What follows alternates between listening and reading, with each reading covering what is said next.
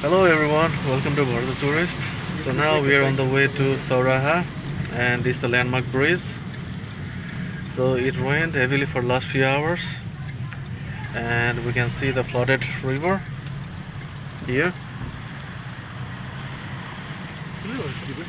and here the river has swollen up completely.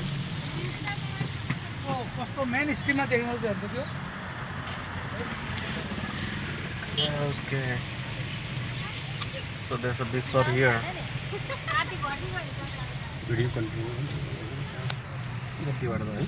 And here you can see that Sauraha is completely submerged.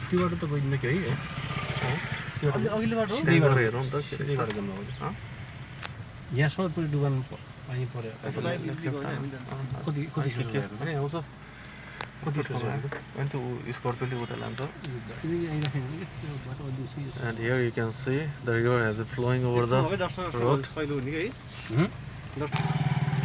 So we just crossed at Chitrasari bridge, and this is not the regular route that we take to go to Sauraha, because that route is completely flooded. So we have been taking another road. We are not sure if we can make a Sauraha along this road too.